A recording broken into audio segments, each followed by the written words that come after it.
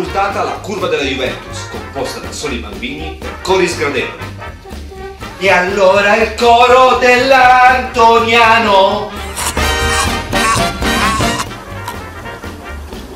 Lanciata la prima sonda cinese sulla Luna.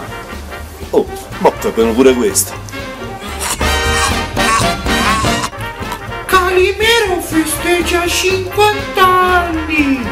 E ora presenta l'eredità! In Ucraina vogliono entrare in Europa. Buono, noi vogliamo entrare nelle Ucraine. Tony Servillo è eletto miglior attore in Europa, secondo solo ad Enrico Letta.